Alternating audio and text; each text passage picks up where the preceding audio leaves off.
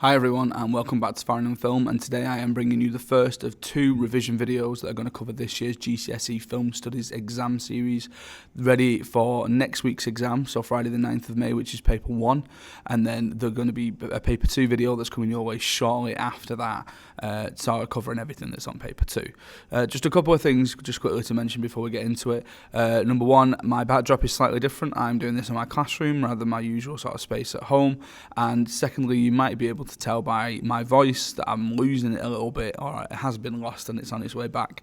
I am going to do my very, very best to get through this video. I wanted to make sure that you all got it within enough time to make sure that we get some revision done ahead of that exam. So it's very similar to last year's video and very similar to last year's podcast. I'm going to take you through questions that were on last year's exam series. I want to try and touch upon as many of the films as I can do, but obviously I don't teach all of them and I haven't necessarily taught all of them before in the past, so I'm going to mention as much as I can do possibly. We're going to look and see what was on the paper last year, what kind of things came up and maybe tripped some people up, and then obviously go through the usual sort of advice on structures and things like that. So let's kick off with question 1. So question 1 is your US film question based on films that were released between 1930 and 1960. As you can see on the screen, that was Dracula, Singing in the Rain, Pillow Talk, Rebel Without a Cause, and Invasion of the Body Snatchers. Now, the way that this question works is very similar to question 2, and the film that you look at in question 2, you are looking at in terms of a comparison for when you get into question 3. So this is the oldest of the two films that you've looked at, so you should be looking at these in pairs. So if you know, for example, that you've studied Grease, Singing in the Rain is the film that you should be answering your question on here. In terms of the exam, in terms of what's come up in the past, so 2019 we had costume and mise en scène, 2020 was genre conventions, 2021 was cinematography, 2022 was editing and cinematography, 2023 was sound, and then last year we got cinematography and lighting again. Questions that haven't been asked so far for this one include anything to do with narrative elements, anything to do with key moments, and anything to do with props specifically. Now, I mention those because they have come up for question 2 and vice versa. The stuff that I'll say hasn't been asked so far for question 2 will be stuff that has been asked for question 1 but just hasn't yet carried over to question 2 because those questions are very, very similar. So let's have a look and see what the question was last year. So last year was identify one example of cinematography used in the film that you have studied, briefly outline the effects created by this example of cinematography, and explore how cinematography, including lighting, is used to create meaning in a film that you have studied. Refer to at least one key sequence. Now, that first question, or the first two questions, I should say, we're looking at A and B. Now, these are what we call stepped questions. Now, this doesn't change. This is the way that film studies exam works, and to be honest, I quite like it. And what it does is it sort of leads you in quite nicely into a shorter answer question, usually a 1 marker, sometimes a 2 marker. But A and B will always add up to 5 marks. So if A is 2 marks, B will be 3. If A is 1 mark, B will be 4. It's just the way that it works. So this one, identify an example of cinematography used in the film that you've studied, and then B is asking you to briefly outline the effects created by the example. Now, because it's asking you to specifically identify a specific element of cinematography in that first question in A, you need to keep carrying over that element that you've mentioned in 1A into 1B. Now, that might seem really obvious, but it has tripped up students in the past where, for example, if I was answering this question and I said a close-up of Danny in Grease, first of all, I'd get that wrong because it's the wrong film, so let's change that one. Let's say a close-up of Don in Singing in the Rain, and we'll get back on track. If I mentioned that, that's fine. That would get me a mark. But then for 1B, I would then need to carry on mentioning that close-up of Don that I've just mentioned. I can't now talk about a mid-shot of Lena. I now can't talk about a different camera shot. I need to carry on and follow the process through and discuss the effect that's been created by that example of cinematography. So that's why the advice always is, I say it, other film teachers will say it to you as well, other subject teachers will say it to you as well.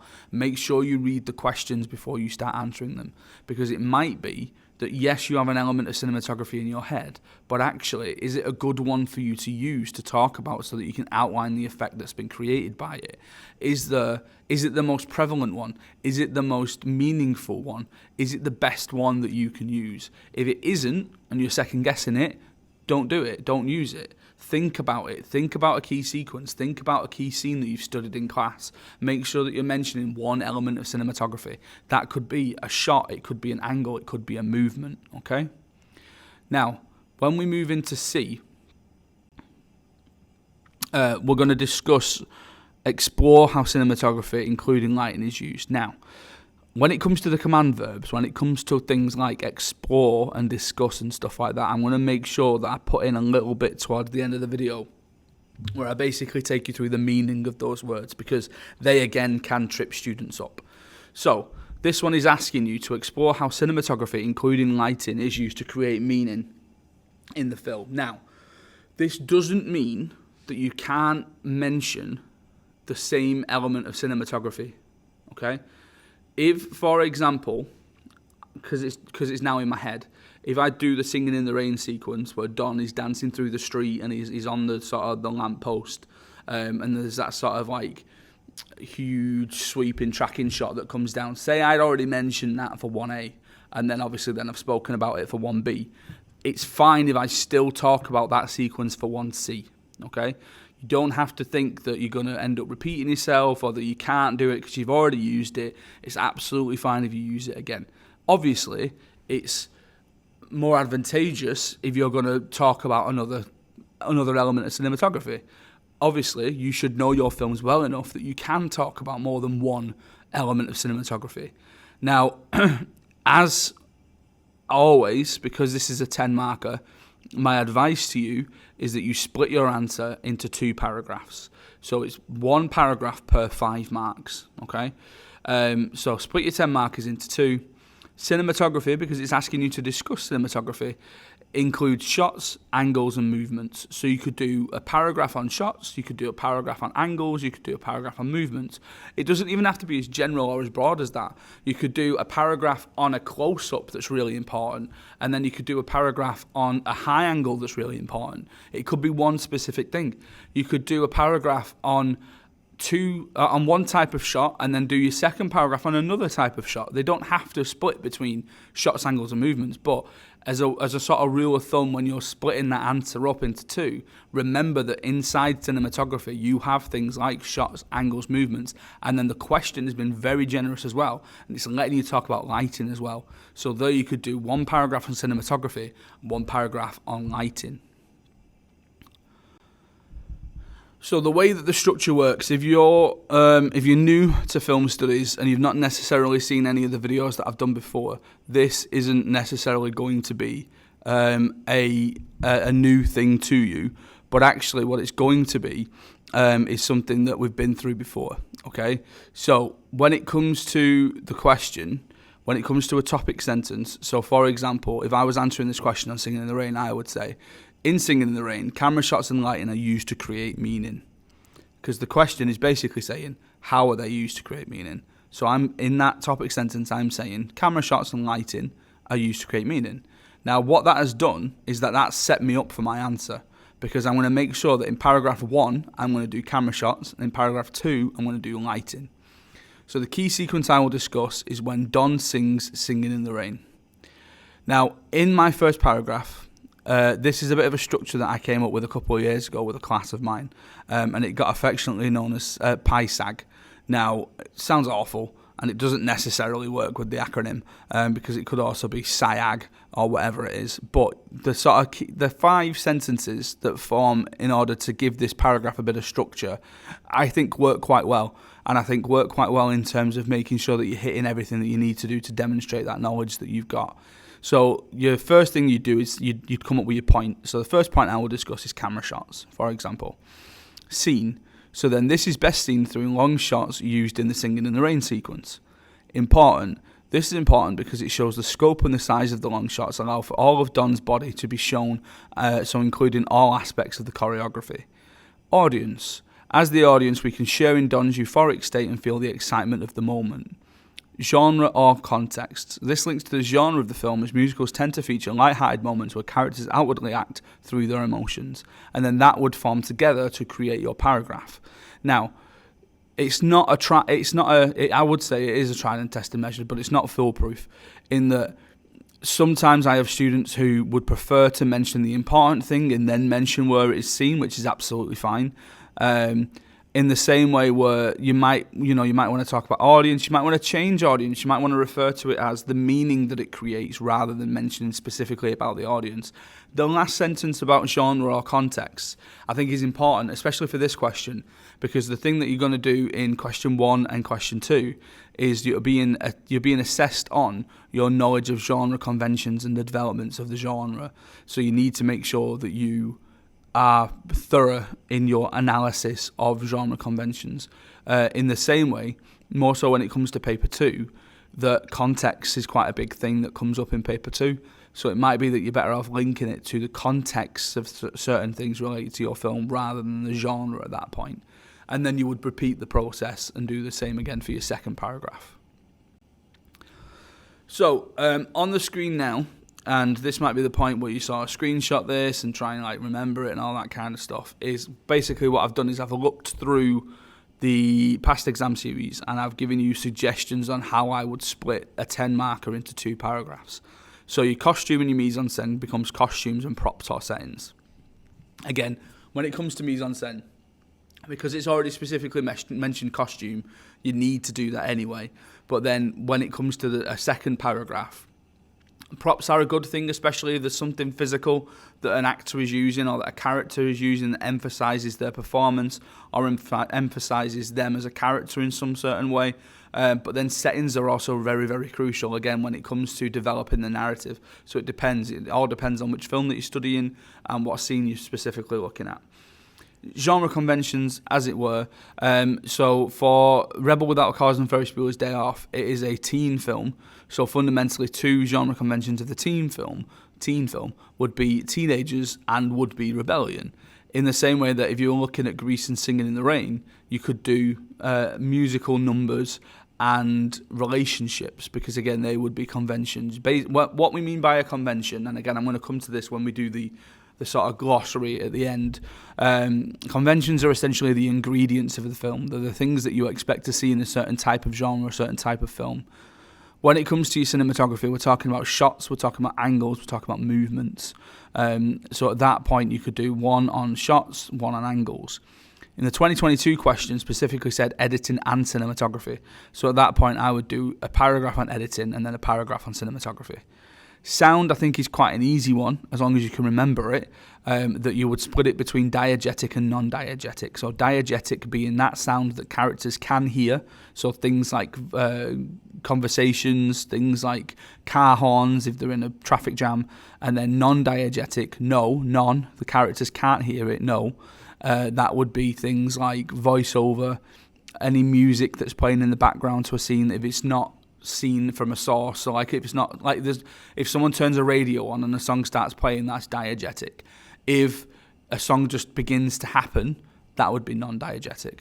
And then last year's the cinematography and the lighting. Again, you could split it so that you do cinematography for one, you do lighting for the second one. Okay, so there you sort of key look at how you're going to split a 10 marker into 2, which again would always be my advice, that when you get a 10 marker, because 5 marks per paragraph is the way that you're better off going for this one. Okay, so question 2 then. So this is the second film in the comparative study. So remember, it needs to match up with the film that you've studied previously or the film that you've answered questions on for question 1. So if you've done Dracula, you now need to be answering on Lost Boys. If you've done Singing in the Rain, you now need to be talking about Grease, and so on and so forth. So the questions that have come up in the past for this one have included things like character type and genre conventions, sound, props and costumes, cinematography, setting, mise-en-scène. Very similar to question 1. It works in exactly the same way as question 1. The only thing that hasn't come up yet for this question, but has come up for question 1, is editing. Now, again, just to sort of caveat me saying things like this, it's not a dead cert. that it's going to come up. It's not a dead cert that it's going to come up this year. A lot of people talk about trying to predict these things. A lot of people talk about trying to predict what's going to come up on the exam. I try and stray away from that as much as possible. I think you need to keep general with your revision. I think that is the best way to sort of go ahead. That's the best foot forward type thing. And sometimes people can get a little bit bogged down in trying to predict and then only revising for that one thing, at which point they've kind of scuppered the chances of getting good grades because they're not prepared for a question on cinematography when they've only revised editing, for example. So let's have a look at this question 2 from last year.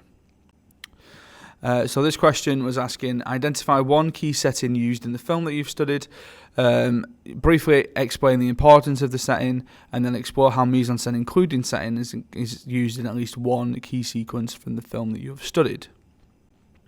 Now, again, these are stepped questions, so be thinking about identify one key setting, so be thinking about what setting it is that you're going to use, what setting it is that you're going to talk about. Because, again, when you get to B, you're going to have to mention the importance of that setting. So if you've picked, for example, the high school in Greece, that's absolutely fine. Is it the best one for you to talk about? Could be.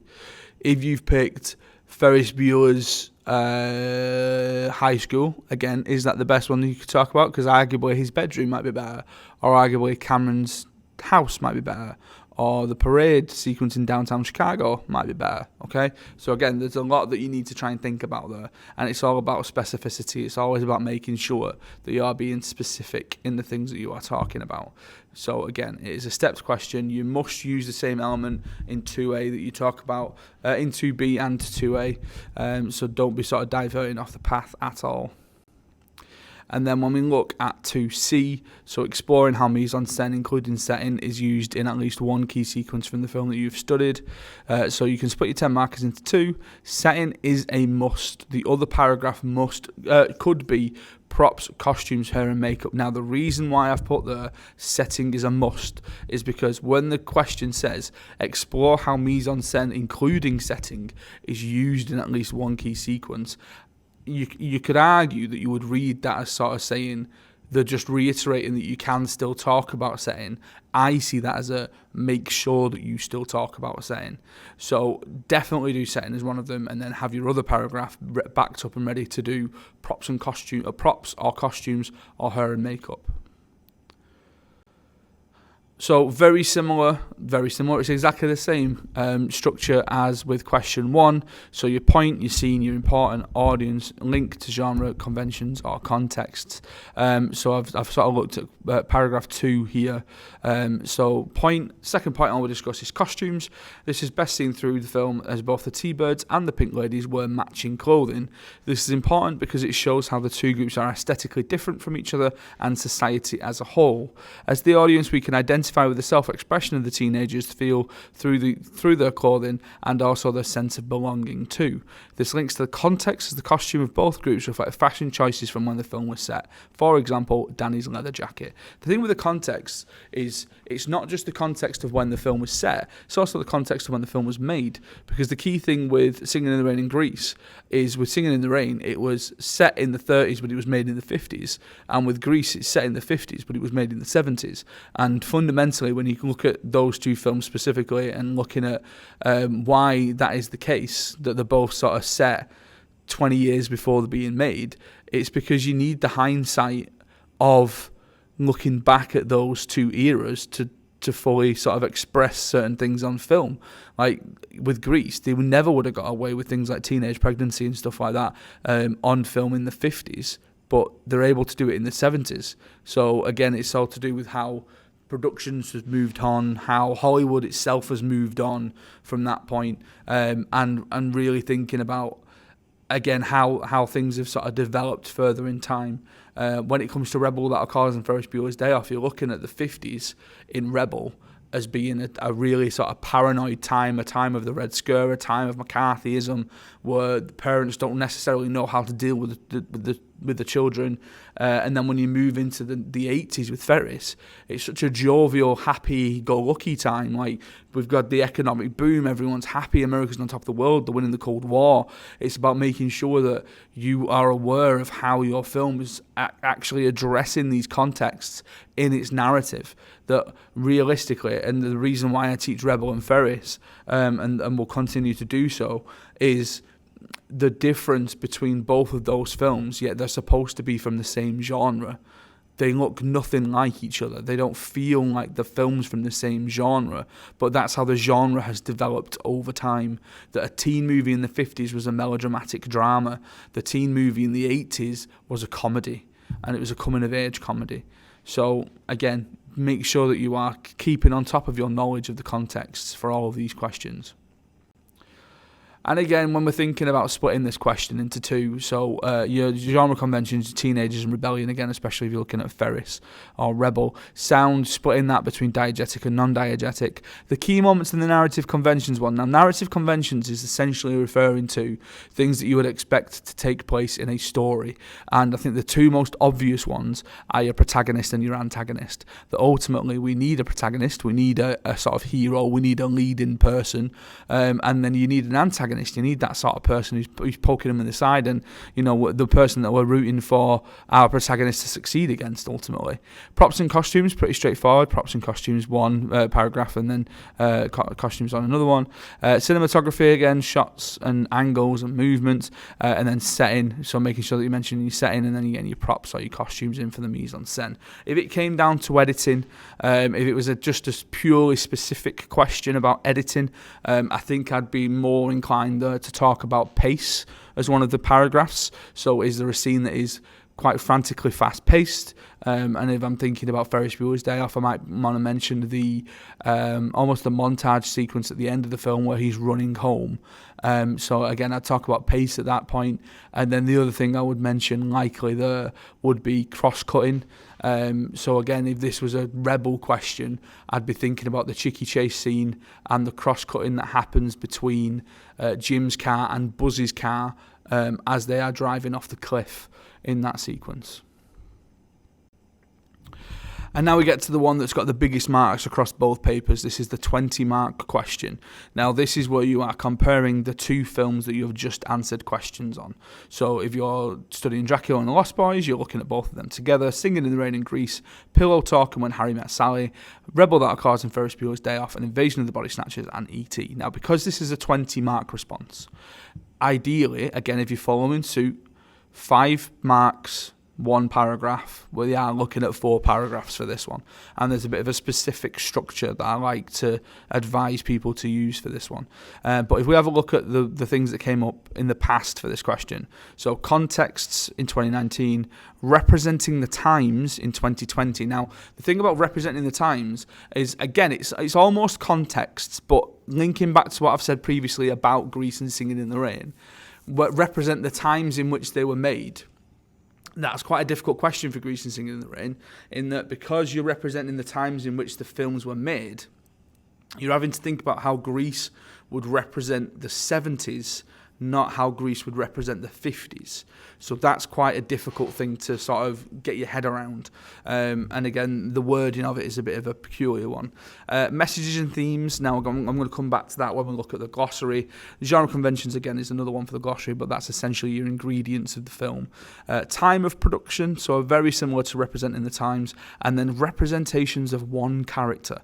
Now, that was an interesting one last year, the representation of one character from each of your films. So essentially your 20 marks is comparing 2 characters together, one from, for example, Dracula, and the other from Lost Boys at that point.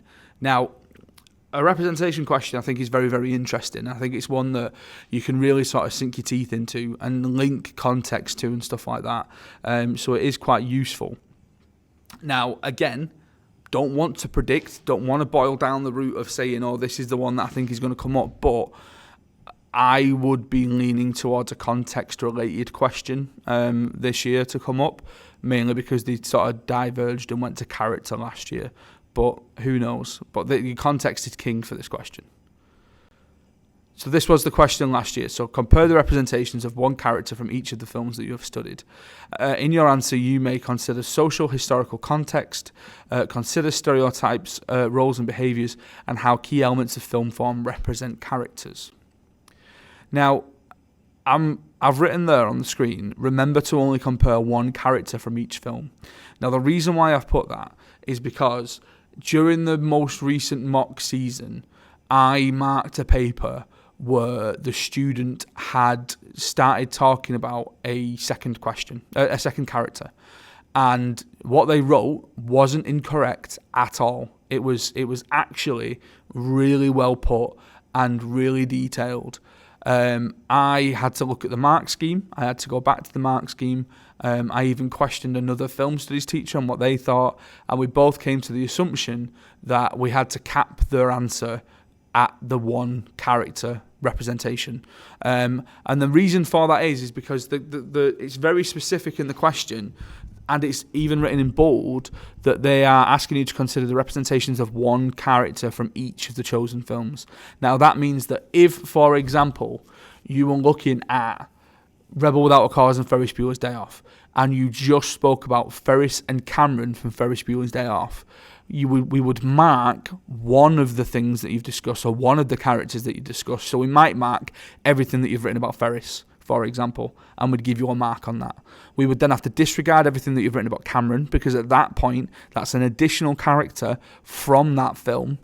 But then, ultimately, you're going to lose marks, or you're not going to gain enough marks, because you've not then mentioned about a character in Rebel either. If, for example, you answered about Jim in Rebel, Ferris in Ferris Bueller's Day Off, and then started talking about Cameron in Ferris Bueller's Day Off, we would mark the stuff on Jim in Rebel, we would mark the stuff on Ferris in Ferris, but then we would stop marking at the point where you start mentioning Cameron.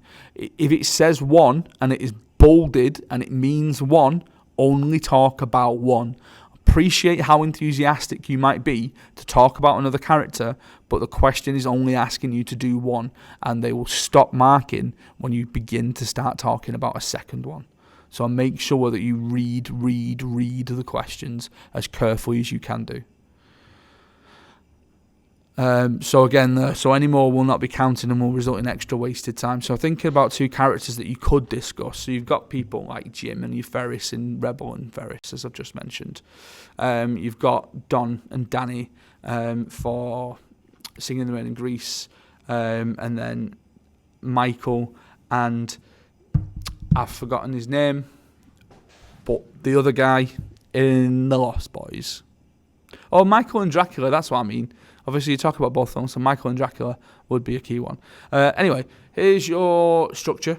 So very similar to how we work with the other one. So your topic sentences. So again, if you were doing the representation of the character one, you might say, in Rebel Without a Cause, Jim is represented as being blank and blank. In Ferris Bueller's Day Off, Ferris is represented as being spoilt and manipulative, for example. When it says film one, you're talking about the first film. You're talking about the oldest one, the one that you've answered in 1A and B and C. When it's then asking you about film 2, this is where the film that you've answered in 2A and 2B and 2C then comes into it. Then you would compare them together, say how they are similar. Then you would contrast them, say how they are different. And then you would do a nice little conclusion at the end. Okay? So the way to remember this is film 1, film 2, compare, contrast, conclude. Rebel, Ferris, compare, contrast, conclude. Singing in the Rain, Grease, compare, contrast, conclude. Dracula, Lost Boys, compare, contrast, conclude.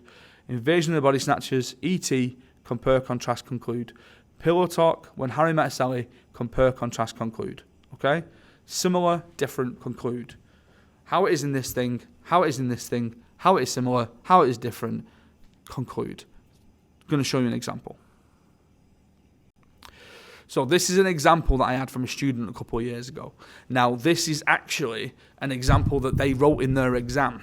And when we asked for the papers back, and specifically asked for the students' paper back because they got full marks in paper 1 across the board, and obviously fair play to them. I wanted to see what it is that they'd wrote and how they managed to do it. So when I got this back, it was quite lovely to see that they'd used the structure and it made sense. So both Rebel Without a Cause and Ferris Bueller's Day Off use the genre conventions of the TV film to derive their narrative and create meaning within the films. Now, this question, again, was asking them to discuss representation, genre conventions in Rebel Without a Cause and in Ferris Bueller's Day Off. And now what they've done is they've spoken about Rebel in that first paragraph, then they've spoken about Ferris, then they've said how they're similar, they've said how they're different, and then they've concluded. And it's essentially got them, or it has got them, those full 20 marks, okay? Now, when I typed this up, because obviously when we get the exam papers back, it's handwritten, as you would do in the exam. When I typed it up, I included the bits where they'd actually made mistakes.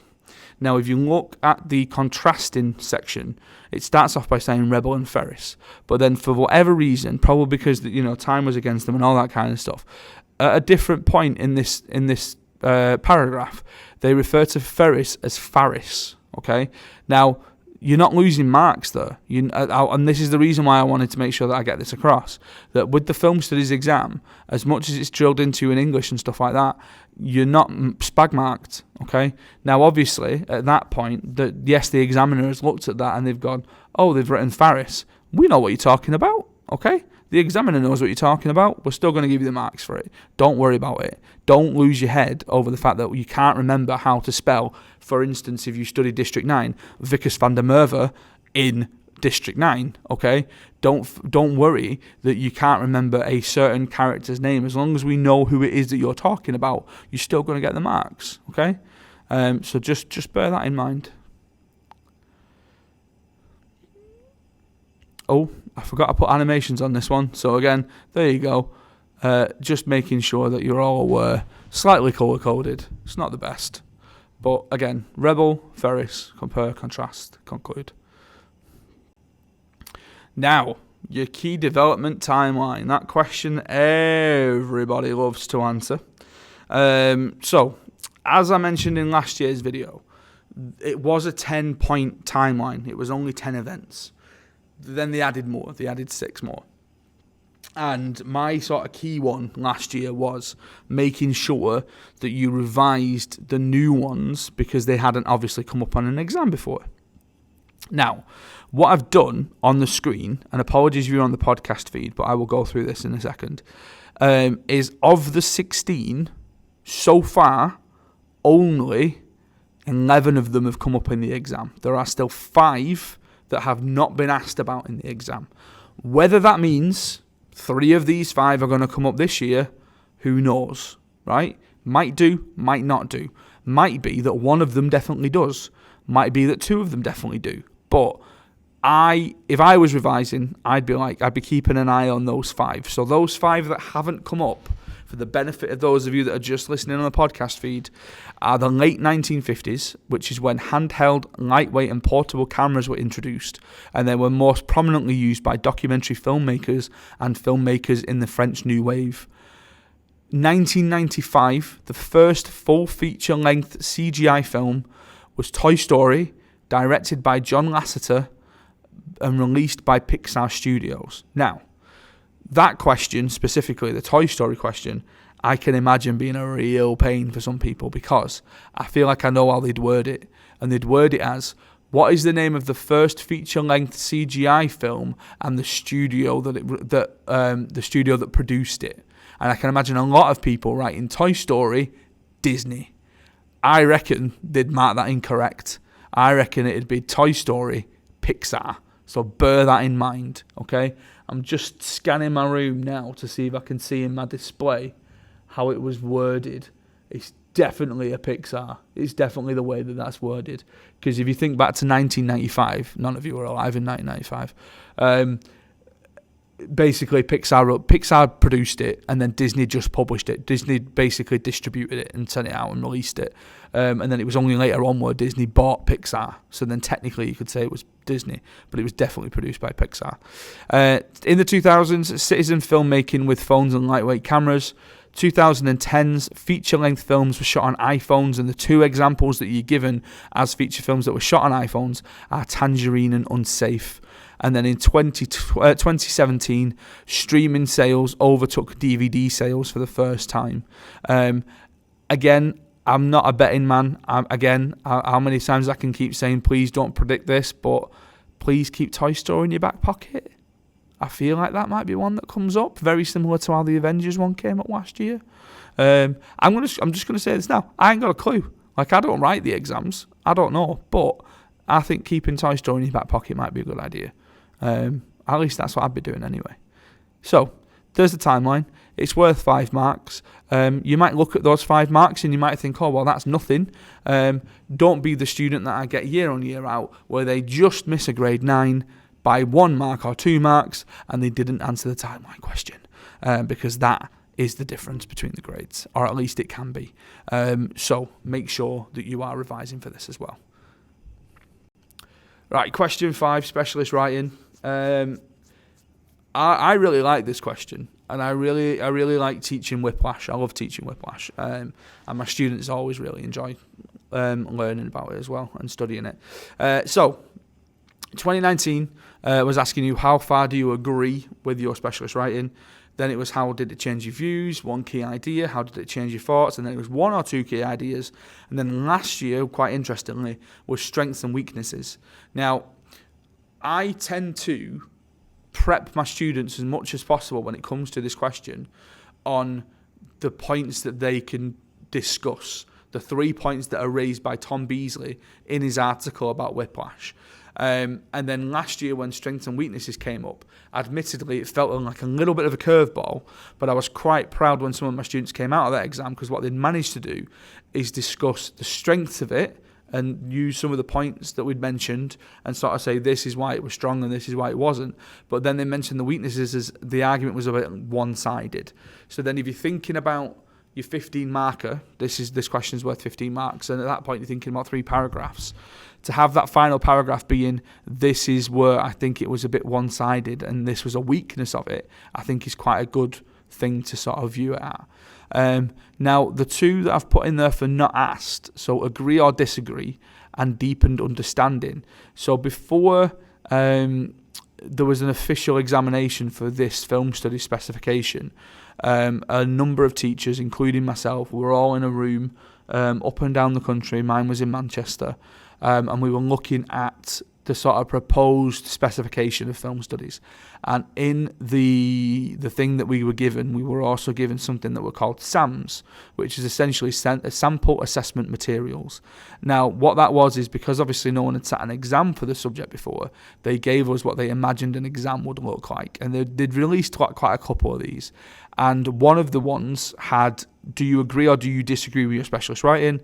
And then another one said, how has the specialist writing deepened your understanding of the film that it is that you've watched? So that's why I've put them in not asked, because they've not come up in an official exam series yet. Whether they will or not, I don't know. But the key to this question is remembering your specialist writing, understanding the 3 key points that come across in your specialist writing as a sort of like a thing just to keep with you, and then tweaking your answer so that it adheres to the wording of the question. So again, my students could write their answer about the 3 key points. The 2023 series would have thrown them because they were only allowed to write about 2. But if they, for instance, if it was the same class that wrote about how far do you agree, they would have said, I agree this much with this point about Nicole being underwritten. I agree this much with the film, with the point about the film being about masculinity. But then if you go down to the 2022 one where it says changed your thoughts, they could have said, and my thoughts were changed massively when I read Tom Beasley's take on the film as being a film about masculinity. Okay, so it's about just tweaking that question. So here we go, the question last year, as I mentioned. So explore the strengths and the weaknesses of what the specialist writing says about the film that you have studied. Okay, so again, it's quite a mature thing to do with that. It's quite a mature thing that is being asked of you generally in the specialist writing question, in that, yes, you're being asked to engage with a piece of writing, you're asked to engage with somebody else's opinions, but ultimately, if it's asking you to state what a weakness is, I think a lot of us can approach a question and look at a question and try and pull ourselves away from being critical. But actually, it's okay to be critical, especially if the question's asking you for it. Now, when I say know your chosen specialist writing, there was a comment on the YouTube channel quite recently about someone remembering quotes. And my advice is always the same. You do not have to remember quotes. It is not a foregone thing that you need to remember specific quotes from your specialist writing for this question. If you have done, absolutely fine. Just put them in, use them. You're not going to gain any more marks. You're not going to lose marks either. If you don't write quotes, you're not going to lose marks, okay? It's not about you being able to remember quotes in the same way that English question is, okay? It's about you being able to remember the points that are raised and the ideas that are raised by your specialist writing. So making sure that you just know your specialist writing, you know what's being asked about. So, when it comes to the specialist writing, there are 3 pieces of specialist writing for each film. The first 2 are generic pieces of specialist writing. And your teacher should have gone through all 3 of them with you. Now, admittedly, I am saying this knowing that my students are probably going to watch this, and some of them are probably going to go, I don't remember those first 2. The reason why I don't remember those first 2 is because I tend to focus more on option C, but I definitely still took you through the first 2. Okay? So, the reason why I focus more on option C is because I find that students engage with writing that's specific to the film more than they do for these 2 generic American independent cinema pieces of writing. So what I'm going to do is I'm going to take you through the key points of both of these and then the key points of the option Cs, just so that you're aware, just so that they're there. And again, you can take screenshots and you can do all that kind of stuff, but it's just as a blanket thing. Just, I think, in the worry that because the exams board and the specification recommend that teachers teach all 3 specialist writing, all 3 pieces of specialist writing, in the back of my mind, I do have the concern that one year there's going to be a question that says, discuss 2 pieces of specialist writing, okay? And I don't want my classes to go in just knowing about Tom Beezer's article backwards and not knowing anything about the other 2. So it's just something to just bear in mind and to keep in mind. So, when it comes to specialist writing option A, this is finding the frame. So the 4 key things that I've pulled out of this one are anything and everything that is included in the composition or frame of a shot is there for a specific purpose. Basically, anything that you see on screen has been left in there for a reason and must provide some sort of meaning. The framing of a shot conveys meaning through the arrangement of visual elements. So the way that a shot has been framed and is then put onto film, the arrangement of the things inside that means something, okay?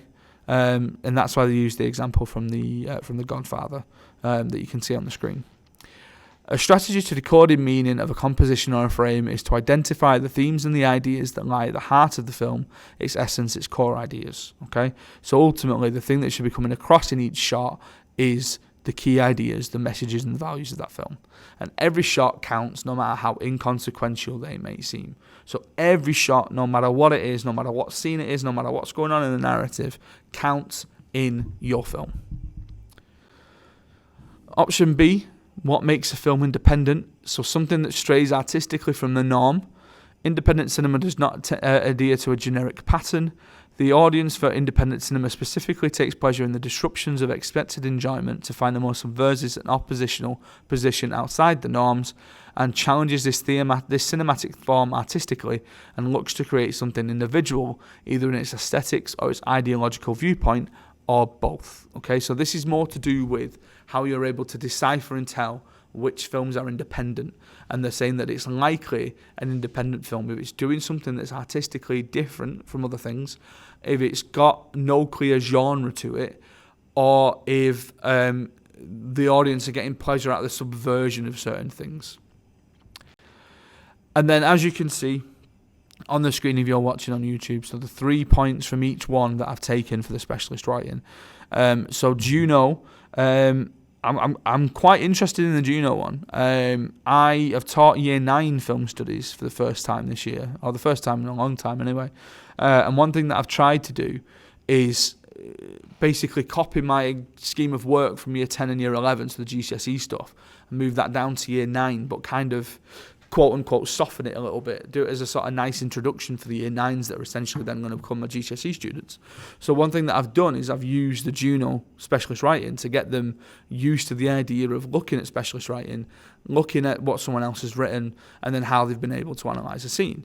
And one thing that we really sort of picked up on and had a bit of a discussion about was the idea that in the specialist writing for Juno, it says, are we really supposed to believe that a girl as intelligent and self-empowered as Juno, when determining the time to lose her virginity via a planned encounter with a best friend, neglects to bring birth control? That this idea that she comes across as so strong-willed and sort of level-headed that actually she's going to go about and say, you know what, this is the time that I'm going to lose my virginity, but actually she's not going to be prepared to do so.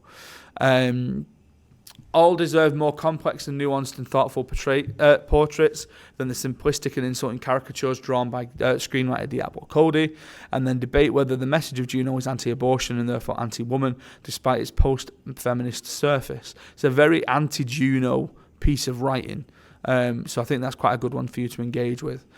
When it comes to Ladybird, so it's all about white feminism. So themes of female empowerment and solidarity are extremely prevalent within the film. The cinematic world of feminism is for white women and white women only, and the sisterhood seems to only exist and be relevant when between white women. The Hate You Give, not just a Black Lives Matter movie. The film asks viewers to focus on black crime, stars an outcast from both an all-black inner-city neighbourhood and an affluent prep school, and propaganda to trust the policing system. The Hurt Locker, pro-anti-war. The Hurt Locker is one of the most effective recruiting vehicles for the US Army that I have seen. The Hurt Locker places the viewer squarely in the mindset of a soldier on the verge of shooting someone. It is very easy to understand why the soldier William James would take so much pleasure in his work as a daredevil bomb diffuser in Iraq. Purely side note, I think comparing that to Warfare, Alex Garland's Warfare that came out this year, would be very interesting. And then Whiplash, Men and Masculinity. Whiplash is a study of masculinity. Fletcher represented as the alpha male and sensitive loner Andrew, who sees Fletcher as his masculine ideal. Poor representations of women in the film. Nicole, who is underwritten and serves only to aid Andrew on his path to manhood. And the final scene is a battle of the alpha males and a happy ending for Andrew, who surpasses his masculine goals by earning the respect of Fletcher. So there you go. So they're the sort of key points from each one that are worthwhile you remembering. Again, you don't have to remember any quotes or anything like that, but it's worthwhile you keeping that in mind for when you come to approach this question. So something that I wanted to make sure that I added in, and something that I'm going through with my class when I see them next for revision, is this idea of exam terminology, in that sometimes words can trip students up. Sometimes when it comes to the exam, they can read a question and feel like they're being asked to, I don't know, pilot a spaceship, or something like that because of the wording, and it just, I think in the heat of the moment and in the exam, it can throw you off if it's a word that you're not expecting to read. So when it says compare, it's asking you to comment on similarities and or differences. So with that comparison question, that question 3, when it says compare, it's just asking you to talk about what's similar and what's different between the films. Okay. When it's saying describe, it's asking you to state the points of a topic, give its main features. Okay, so describing, you're just saying this is what it is, here are its main features. Explore, examine in more detail, show meaning, identify elements in the relationship between them. So usually explore is used for your 10 markers and your 15 markers, sometimes a 20 marker as well.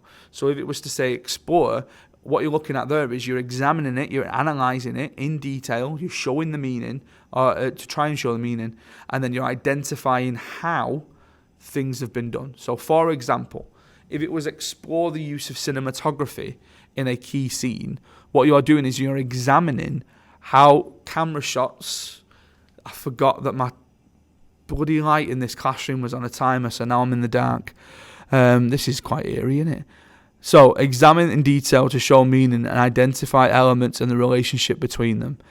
When it says identify, it's asking you to talk about naming and selecting and recognising. I'm waving my hands around like an idiot and it's not going to work. Outline out the main points. When it comes to the key sequence, any scene from the film that you are discussing that's important to the points that you are making, and then theme or issue, used to communicate important ideas and messages about the issues that face the characters from the setting of a narrative. Everything that happens with a story should reference back to a theme. Now, you could argue that I could just record this again, but I've been here 48 minutes and I can feel that my voice is breaking out, so you're just going to have to see me in the dark for a second. So, key sequence. When I talk about key sequence, a lot of students sort of say, what does it mean by a key sequence? What does that mean by a key sequence? And essentially, all that it's talking about is a scene from your film. Just any scene from your film that you want to talk about, that you think would be good for you to mention. That's just eerier, isn't it? Doing it light. Never mind. That you want to mention, and it's just something that you think is going to be worthwhile you talking about. Because the key thing there, when it comes to your key sequence, is the exam board are assessing your ability to state which scenes in the film are important to the point that you're trying to make.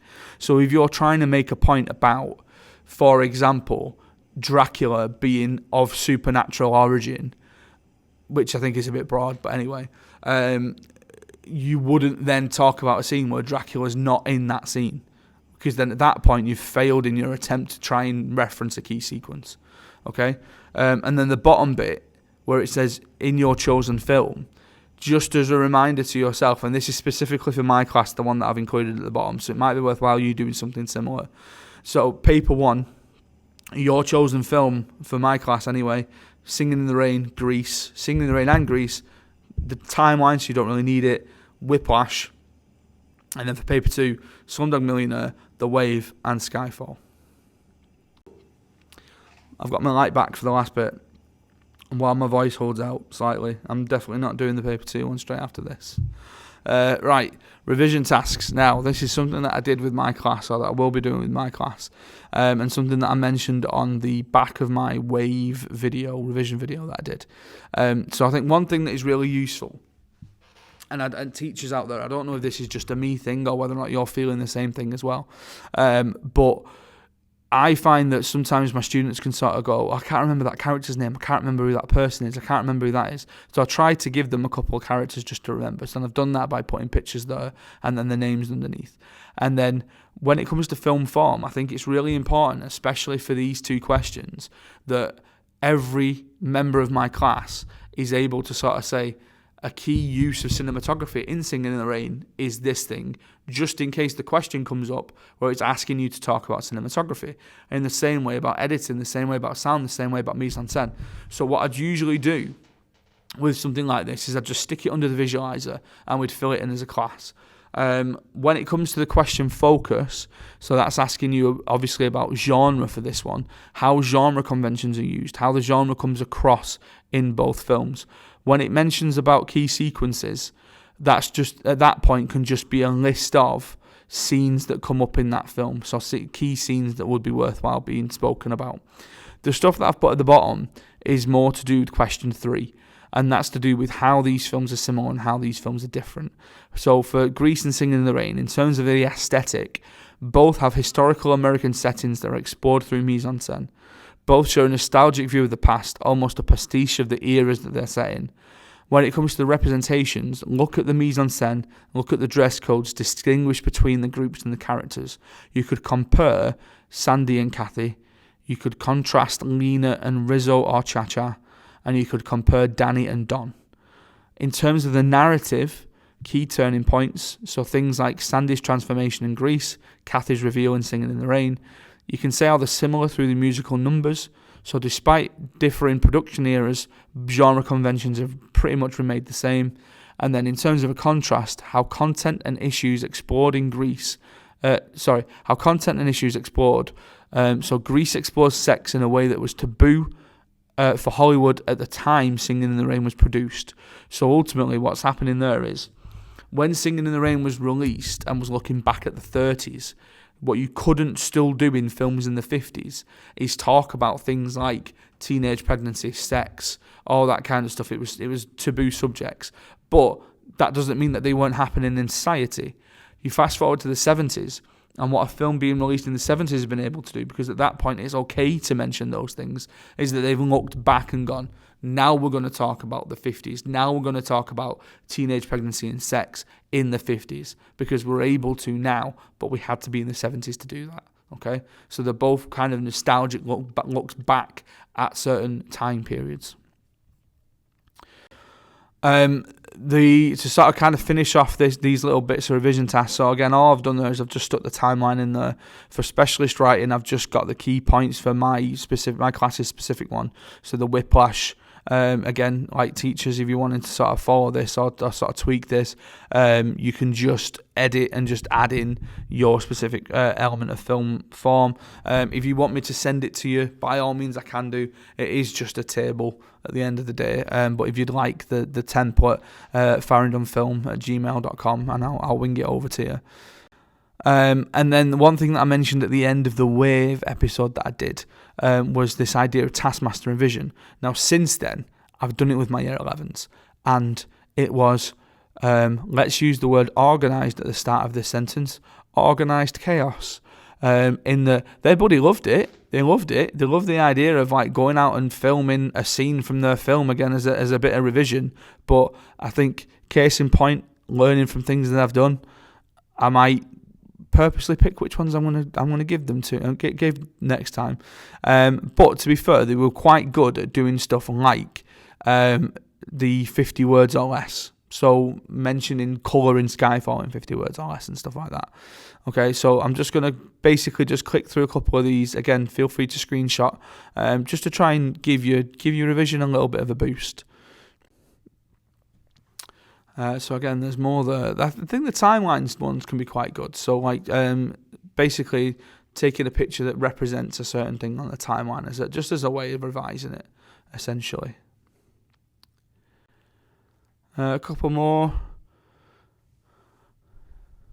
Act out a scene from one of the films that we studied, but in slow motion. Write the best revision song. I'd love to know if anyone does actually do a revision song. Maybe it's better than watching a 55-minute video of me where the light turns off. Make the most informative flipbook. Can an artist do that? I'd like to see that.